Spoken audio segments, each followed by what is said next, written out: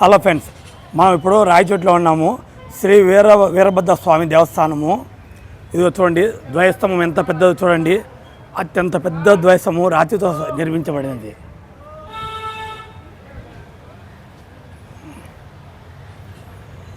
ఇది తొలి ఎదురుగా స్టార్టింగ్లో దేవుడు ఉన్నాడు.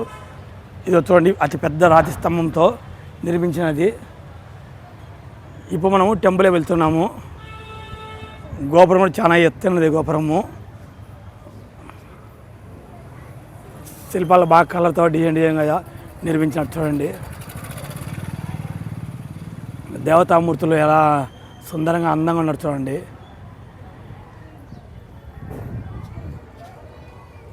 ఇప్పుడు మనం టెంపుల్కి వెళ్తున్నాము. ఇది రూటు వెహికల్ ఈ రూట్ వచ్చాయి. ఈ రూట్లోంచి వెహికల్ వస్తాయి మనము టెంపుల్ దగ్గరికి నేరుగా. ఇది చూడండి, నేను చెప్పాను నేము శ్రీ వీరభద్ర స్వామి దేవస్థానము. అతి పెద్ద టెంపుల్ రాయచోట్లో.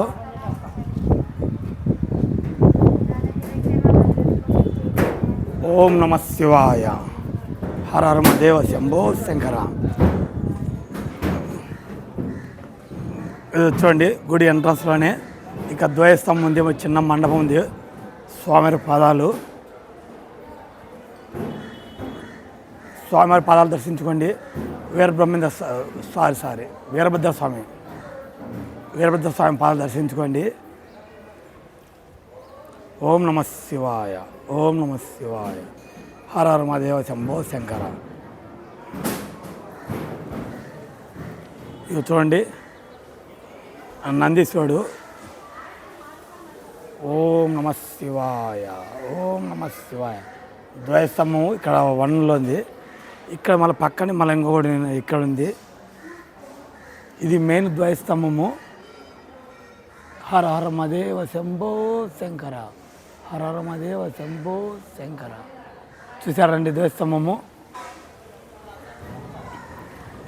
ఇప్పుడు మనం ఎంట్రన్స్లో ఇక మన వీరభద్ర స్వామికి ఎదురుగా నందీశ్వరుడు ఉన్నారు చూడండి. ఓం నందీశ్వరాయ నమః. నందీశ్వర స్వామిని దర్శించుకోండి. మీకు ఏదో కోరికలు ఉన్నాడా మన నందీశ్వరుని చెవులో చెప్పాయంటే మన కోరికలు నెరవేరుతాయి. ఓం నమ శివాయ. ఇదో మీ కోరిక స్వామివారి చెవులో చెప్పండి. ఇదో చూడండి, వీరభద్ర స్వామి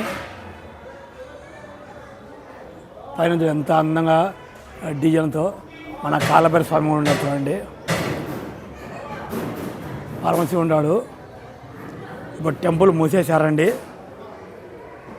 ఇప్పుడు టెంపుల్ అయిపోయి మనం ఎంట్రీ అయ్యాము. ఎంట్రీ తననే ఇక స్టార్టింగ్లోనే భక్తులకు చల్లని నీళ్ళు కూడా ఇక్కడ ఉన్నాయి. ఇదో టెంపుల్లో చల్లని వాటర్ ఇక్కడ ఎప్పుడు దొరుకుతాయి చూడండి. వాటరు మనం టెంపుల్ ఇన్సైడ్కి వచ్చాము. ఇక లోపల ఇక పటాలు కూడా అమ్ముతారు. దేవుని పటాలన్నీ A to Z ఇక్కడ ఉన్నాయి. ఇదో మన వీరభద్ర స్వామి చూడండి. ఇక టెంపుల్లోనే అమ్ముతున్నారు, తీసుకోవచ్చు ఎవరైనా సరే.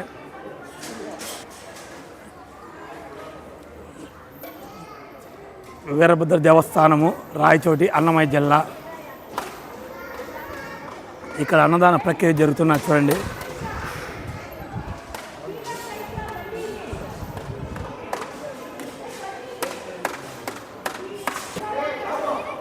టెంపుల్ ఆవరణంలో చూడండి, ప్రతిరోజు మధ్యాహ్నం అన్నదానం జరుగునంట.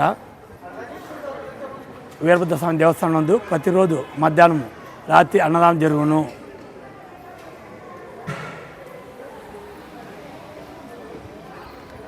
బాగా చాలా పెద్ద విశాలమైన టెంపుల్ ఇది. చూడండి టెంపుల్ కూడా ఎలా ఉందో. ఇక ఎదురుగా మండపం ఉన్నది. ఈ మండపంలో మన స్వామివారికి కళ్యాణం ఏమైనా చేస్తారేమో అని నేను అనుకున్నాను. నాకు కన్ఫర్మ్ తెలీదు. ఇది ఒక మండపము.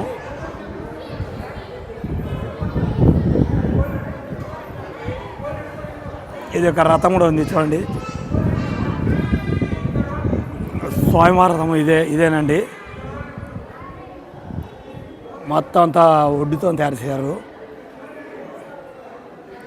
ఇది బయట వచ్చేసి మన వినాయక గుడి. ఇక్కడ టెంపుల్ వచ్చేసి శ్రీ అఘోర లింగేశ్వర స్వామి దేవస్థానం అంట. ఇది చూడండి, శ్రీ అఘోర లింగేశ్వర దేవస్థానం అంటే టెంపుల్లోనే ఉంది. ఇది పైన మన పార్వతీ పరమేశ్వరుని దర్శించుకోండి. ఓం నమ శివాయ. ఈ టెంపుల్ లోపలనే శ్రీ సుబ్రహ్మణ్య స్వామి దేవస్థానం ఉంది చూడండి. అది పైన మన సుబ్రహ్మణ్య స్వామి 6 ముఖాలు కలిగిన సుబ్రహ్మణ్య స్వామి, 6 ముఖాలు కలిగిన సుబ్రహ్మణ్య స్వామిని. ఇక్కడ లాస్ట్ వచ్చేసి ఈ లైన్లోనే మన వినాయక గుడి ఉంది చూడండి. శ్రీ వినాయక దేవస్థానము, అది మన వినాయకుడు. ఇప్పుడు మనం ప్రస్తుతానికి గుడికి బ్యాక్ సైడ్ వచ్చాము, చూస్తున్నానండి.